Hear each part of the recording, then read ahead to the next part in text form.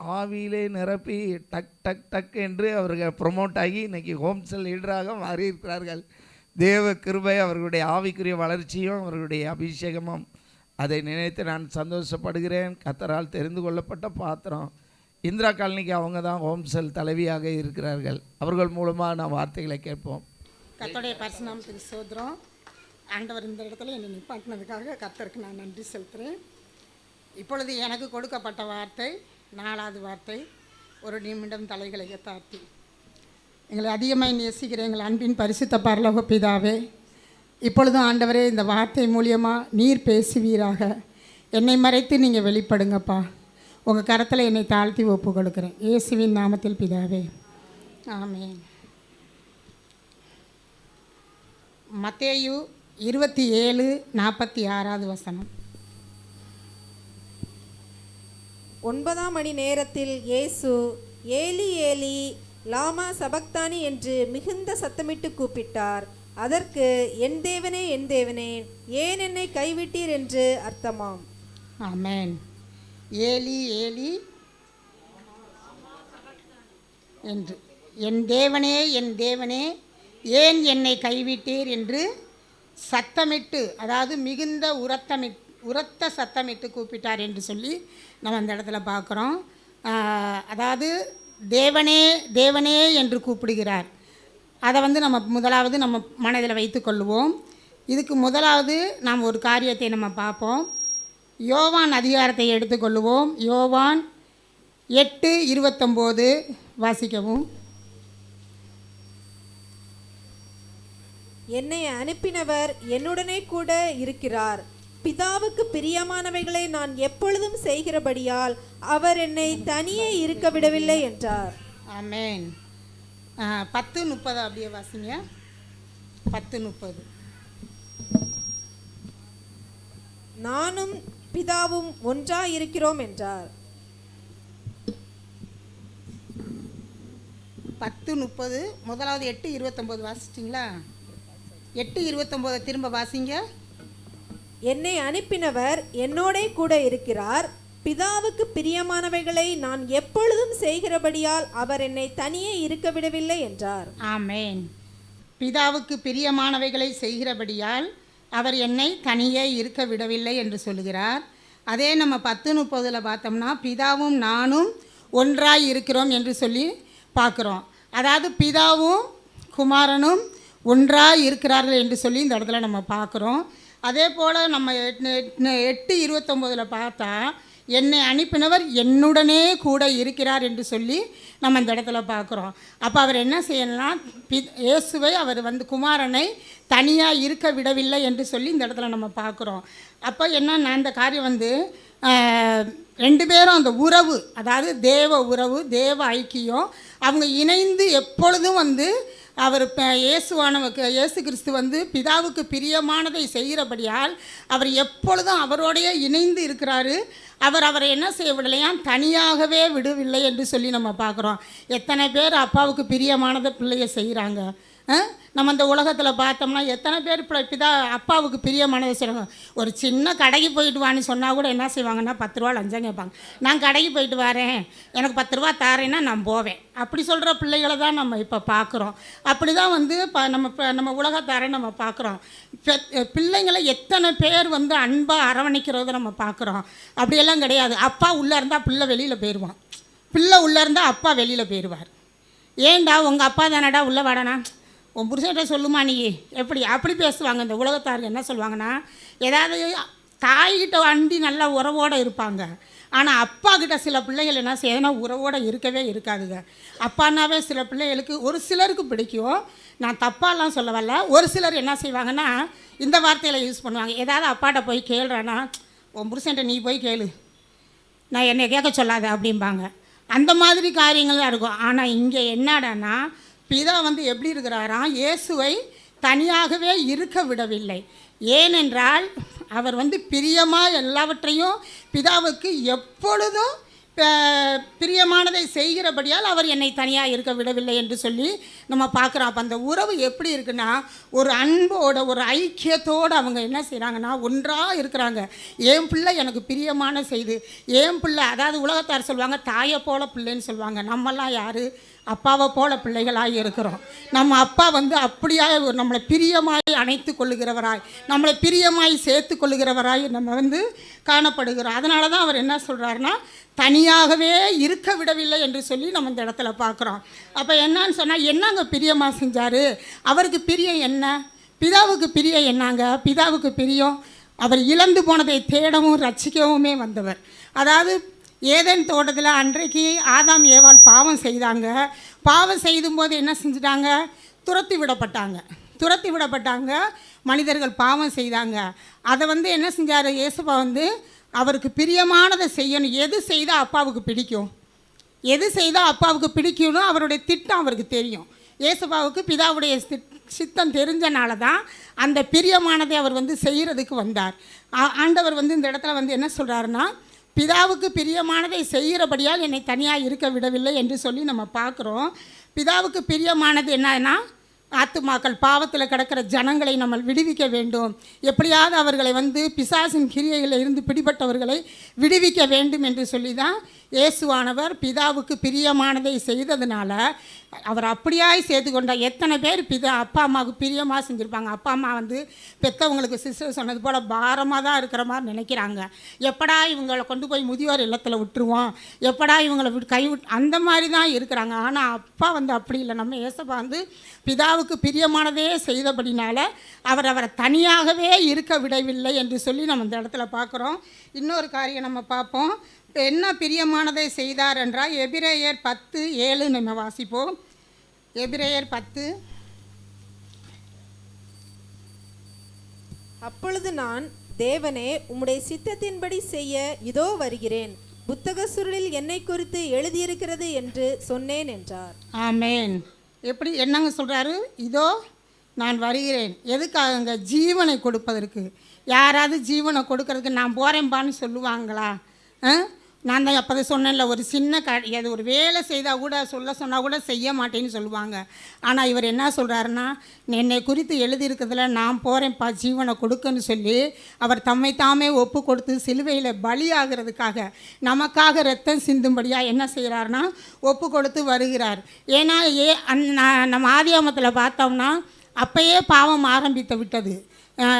ஆதாம் ஏவாளுடைய காரியங்களை நம்ம பார்க்குறோம். கீழ்ப்படியாமையினால் பாவங்கள் விட்டது. அடுத்து காயினுடைய கொலை செய்கிற காரியம், இப்படி அநேக பாவங்கள் பெருகிவிட்டது. அந்த பாவத்தை எல்லாம் நீக்கும்படியாய், அந்த பாவத்தில் இருந்து நம்மளை விடுவிக்கும்படியாய் இயேசு என்ன செஞ்சார்? பிதாவை சித்தத்தை செய்யும்படியாய் அவர் தன்னைத்தானே ஒப்பு கொடுக்கும்படியாய் நான் போகிறேன் என்று சொல்லி ஆண்டவர் ஒப்பு கொடுக்கும்படியாய் நம்ம வந்தார் என்று சொல்லி நம்ம இந்த இடத்துல பார்க்குறோம். மீட்கும்படியாய் அப்படின்னா, நம்ம ஒரு பொருளை அடகு வச்சா என்ன செய்வோம்?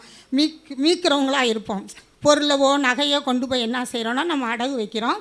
அடகு வச்சா அதை என்ன செய்வோம்? நம்ம அதை எப்படியாவது மீட்டணும், கஷ்டப்பட்டாவது அதை மீட்டணும், அந்த பொருள் நமக்கு வேணும் அப்படின்னு சொல்கிறோம். ஆனால் ஆண்டவர் என்ன செய்கிறாருன்னா, பிசாசின் பிடியில் இருந்த நம்மளை, பாவத்தின் அடிமைத்தனத்தில் இருந்த நம்மளை விடுவிக்கும்படியாய், மீட்கும்படியாய் அவர் தன்னைத்தானே சிலுவையில் ஒப்பு கொடுக்க அவருடைய இரத்தத்தை முழுவதும் சிந்தி நம்மளை மீட்டு கொள்ளும்படியாய் வந்தார் என்று சொல்லி இந்த இடத்துல நம்ம பார்க்குறோம். அதாவது கலாத்தியரில் நம்ம பார்த்தோம்னா, கலாத்தியர் அதிகாரத்தை எடுத்துக்கொள்ளுவோம். எனக்கு அனுபவம் கம்மி தான், யார் எதுன்னு நினைக்கிறீங்க. கலாத்தியர் 1:4 பார்த்தோம்னா இந்த அவர் நம்மை இப்பொழுது இருக்கிற பொல்லாத பிரபஞ்சத்தினின்று விடுவிக்கும்படி நம்முடைய பிதாவாகிய தேவனுடைய சித்தத்தின்படியே நம்முடைய பாவங்களுக்காக தம்மைத்தாமே ஒப்பு கொடுத்தார். ஆமென். இந்த பொல்லாத பிரபஞ்சம், இப்போ இந்த உலகத்தில் பார்த்தீங்கன்னா எவ்வளோ காரியங்கள் நடக்குதுங்க. அந்த காரியத்துக்காக அவர் என்ன செய்கிறாருன்னா, அந்த பொல்லாத பிரபஞ்சத்திலிருந்து, பாவத்திலேருந்து நம்மளை விடுவிக்க முடியாது நமக்காக அவர் சிலுவையில் அறையப்பட்டார். அவர் எவ்வளவு அவமானப்பட்டு, எவ்வளவு ஆண்டவர் எந்த பாடுகள், நம்மெல்லாம் அப்படியெல்லாம் ஒருத்தர் ஃப்ரெண்டுகளாக இருக்கிறோம், ஒரு காரியங்கள் நம்ம ஒரு உறவோடு இருந்தாலும் கூட ஏதாவது நமக்காக ஏதாவது செய்வாங்களா? ஆனால் ஆண்டவர் நமக்காக ஜீவனை ஜீவனை கொடுக்க வந்தார் என்று சொல்லி நம்ம அந்த இடத்துல பார்க்குறோம். அதே போல் பார்த்திங்கன்னா இவ்வளவு பிரியமானதை செய்தார், அவரை தனியாகவே இருக்க விடவில்லை என்று சொல்லியெல்லாம் நம்ம பார்க்குறோம். அப்புறம் ஏங்க அவரை கைவிட்டார், எதுக்காக அவரை கைவிட்டார் அப்படின்னு என்று சொல்லி பார்த்தால், நமக்காக அவர் கைவிடப்பட்டார். நம்மளுடைய பாவங்களுக்காக, நம்மளுடைய மீறுதலுக்காக, நம்மளுடைய அக்கிரமங்களுக்காக. நான் உண்மையிலே இந்த இடத்துல நிற்கிற தகுதியெல்லாம் எனக்கெல்லாம் இல்லைங்க. ஆனால் இன்றைக்கி என்னை தகுதிப்படுத்தி வந்திருக்காருன்னு சொன்னால் அது அவருடைய கிருபை. அவருடைய இரத்தத்தினால் என்னை மீட்டு கொண்டார். நம்ம என்னென்ன பாவங்கள் செய்திருப்போம் நம்ம இஷ்டத்துக்கு. அதாவது ஏசாயால சொல்லி ஒரு இடத்துல போட்டிருக்கோம், வழி தப்பி திரிந்த ஆடுகளைப் போல இஷ்டமாய் சுற்றி திரிந்தோம் என்று சொல்லி நம்ம போட்டிருக்கோம். நம்ம இஷ்டத்துக்கு வாழ்ந்தாங்க, இப்படித்தான் வாழணும் என்று வாழலை. நம்ம இஷ்டத்துக்கு வாழ்ந்த நம்மளை அவருக்காக வேண்டும் என்று சொல்லி வேறு பிடித்து அவருடைய இரத்தத்தை சிந்தி நம்மளை மீட்டு கொண்டார். நம்மளுடைய பாவங்கள் அக்கிரமங்களை எல்லாம், அதாவது இந்த உலகத்தின் பாவங்கள் சகல பாவங்களையும், வேசித்தனம், விபச்சாரத்தனம், கொலை, கொள்ளை, திருட்டு, வறுமை, வியாதி எல்லாவற்றையும், எல்லா பாவங்களையும் அவர் சிலுவையிலே சுமந்து நமக்காக பாவியாக தொங்கினார். பாவியாக இருந்த நம்மளை விடுவித்து நம்மளை நீதிமானாய் மாற்ற, அவருடைய பிள்ளையாய் மாற்றும்படியாய் அப்படியாய் சிலுவையில் அவர் இயேசு தொங்கினார் என்று சொல்லி நம்ம பார்க்குறோம். அதாவது எப்படின்னா அந்த காரியத்தை நம்ம பார்ப்போம். இன்னொரு இடத்துல நம்ம ஏசாயா எடுத்துக்கொள்வோம். ஏசாயா 53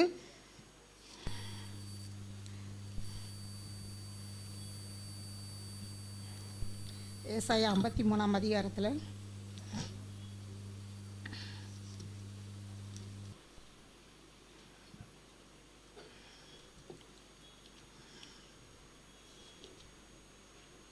ஐந்து ஆறு வாசிங்க.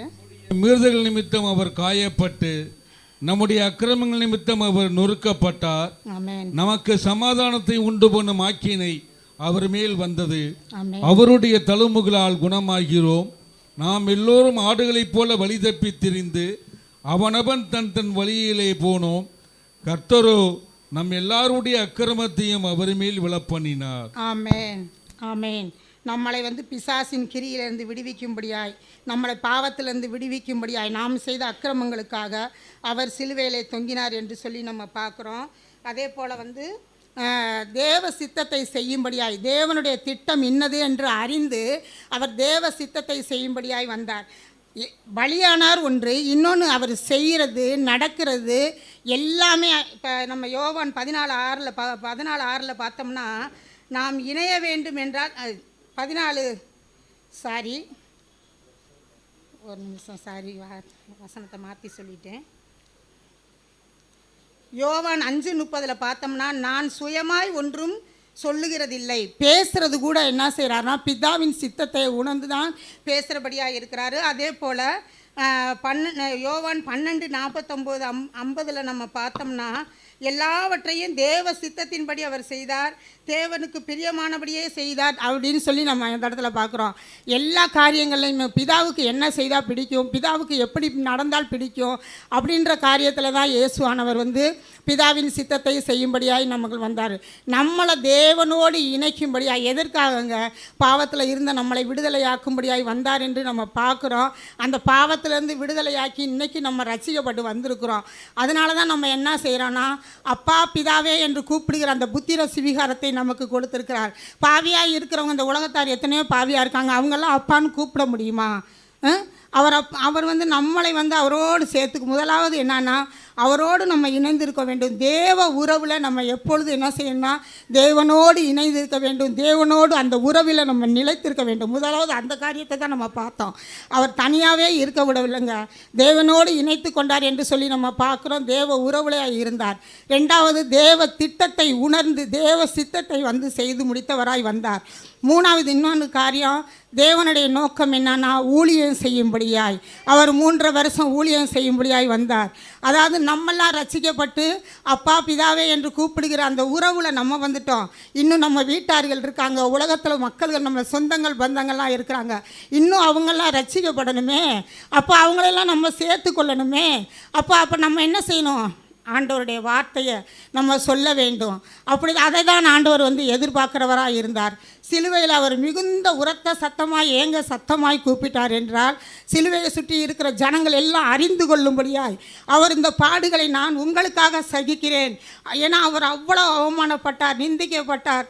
கடைசி வரைக்கும் அவரை ஈட்டியில் கூட குத்தி அந்த ரத்தமும் தண்ணியும் வர்ற வைக்கிற அளவுக்கும் அவர் அவ்வளவு கஷ்டப்படுத்தினாங்க. அதனால தான் அவர் உரத்த சத்தமாய் சொன்னார் என்று சொல்கிறாங்க. சிலுவையை சுற்றி இருக்கிற எல்லா ஜனங்களும், நான் உங்களுக்காக தான்ப்பா அந்த பாடுகளை படுறேன், நான் உங்களுக்காக தான்ப்பா அந்த கஷ்டத்தை அனுபவிக்கிறேன், இதை நீங்கள் உணர்ந்து கொள்ளும்படியாய், இதை நீங்கள் மற்றவர்களுக்கு அறிவிக்கும்படியாய், அப்படியாய் தான் ஆண்டவர் இந்த இடத்துல நமக்காக சிலுவையில் தொங்கி நம்மளுடைய பாவங்களெல்லாம் ஏற்றுக்கொண்டு அவரோடு இணைக்கும்படியாய், அவரோடு இணைத்து நாம் எல்லோரும் அவரோடு இணைந்திருக்கும்படியாய் ஆண்டவர் இந்த காரியத்தை சொல்கிறார். ரெண்டாவது இன்னொன்று என்னன்னா, பிதாவே, எல்லா இடத்துலையும் பிதாவே பிதாவே என்று அழைத்தவர் கடைசியில் ஏங்க தேவனே என் தேவனே என் தேவனே ஏன் என்னை கைவிட்டீர் என்று சொல்லி கேட்குறத பார்க்குறோம். ஏன்னா அவர் நமக்காக பாவங்களை சுமந்து அவர் பாவியாயிட்டார். அவர் பாவத்தை பாராத சுத்த கண்ணராக இருக்கிறார். அப்படி இருக்கும்போது அவர் எல்லா பாவங்களையும் சுமந்தனால அவர் பார்க்கக்கூடாதபடிக்கு ஆகிவிட்டார். அவர் கைவிடப்பட்டார், நமக்காக கைவிடப்பட்டார். அதை நம்ம உணர்ந்தவர்களாய் நம்ம இன்னைக்கு மாத்திரம் இல்லைங்க, என்றைக்குமே எனக்காக இயேசு சிலுவையில் மரிக்கப்பட்டார், எனக்காக இரத்த சிந்தினான்னு சொல்லி ஒவ்வொரு கிறிஸ்தவர்களும் நாமளும் எல்லாரும் அதை உணர்ந்து அதன்படி நம்ம நடந்தாதாங்க உண்மையான கிறிஸ்தவர்கள். இந்த ஒரு நாளைக்கு மட்டும் நம்ம ஆராதிச்சுட்டு சிலுவையின் பாடுகளை நினைக்கிறதல்ல, ஒவ்வொரு நாளும் நினைக்க வேண்டி, என் பாவத்துக்காக, என்னுடைய அக்கிரமத்துக்காக, என்னுடைய மீறுதலுக்காக அவர் காயப்பட்டார், எனக்காக இரத்த சிந்தி என்னை சொந்த பிள்ளையாய் மாற்றி அவர் இந்த இடத்துல கொண்டாந்து நிப்பாட்டியிருக்காருன்னா அவருக்காக நம்ம தினமும் என்ன செய்ய வேண்டும்? அவருடைய வார்த்தைகளை சொல்லி இந்த உலகத்தில் இருக்கிற எல்லா மக்களையும் பரலோகத்துக்கு சேர்க்கும்படியாய் ஒவ்வொருவரும் அந்த ஊழியத்தை நம்ம செய்கிறவர்களாக இருக்க வேண்டும். இயேசுதாங்க வழி, நானே வழியும் சத்தியமும் ஜீவனுமாய் இருக்கிறேன், என்னாலே அன்றி ஒருவனும் பிதா இடத்திலே வரான் என்று சொல்லியிருக்கிறாரு. அப்போ அவர் தான் நமக்கு வழி. அவர் இல்லாமல் நம்ம என்ன செய்ய முடியாது? பரலோகம் போகவும் முடியாது. ஏன்னா அன்னைக்கு ஏதேன் தோட்டத்தில் இருந்து துரத்துப்பட்டாங்க. திருப்பி எல்லாரையும் எப்படியாவது நம்ம சேர்த்துடணும், என் பிள்ளைகளை என்னிடத்துல இழுத்து கொள்ளணும், என் பிள்ளைகளை அவர் கைவிடப்பட்டார். ஆனால் நம்மளை அவர் கைவிடவே இல்லைங்க. நம்மளை கைவிடாத ஒரு கண்மலையாகிய கிறிஸ்து நமக்கு இருக்கிறார். அப்போ நம்ம என்ன செய்யணும்? இதெல்லாம் தேவ சித்தத்தை உணர்ந்து, முதலாவது நம்ம தேவனோடு உறவில் இருக்க வேண்டும். ரெண்டாவது அவர் சித்தம் செய்கிறவர்களாக, அவருடைய திட்டம் என்ன என்று சொல்லி நம்ம உணர்ந்து தேவ சித்தத்தை செய்கிறவர்களாக இருக்க வேண்டும். மூன்றாவது அவருடைய ஊழியத்தை நம்ம செய்ய வேண்டும். ஒரு சின்ன சின்ன காரியம் சொன்னாலும், பாஸ்டராக இருக்கட்டும், பாஸ்டர் யார் சொன்னாலும், தேவனுடைய ஊழியத்தை செய்து நம்ம வீட்டார்கள், வெளியில் உள்ளவர்கள் எல்லாரையும் ஆண்டவர் இடத்துல சேர்க்கும்படியாய் அப்படியாய் நம்ம நடந்து கொள்வோம். தேவன் இந்த வார்த்தையை ஆசீர்வதிப்பாராக. கரங்களை தட்டி கர்த்தரை மகிமைப்படுத்துவோம். ஹல்லேலூயா. எனக்கா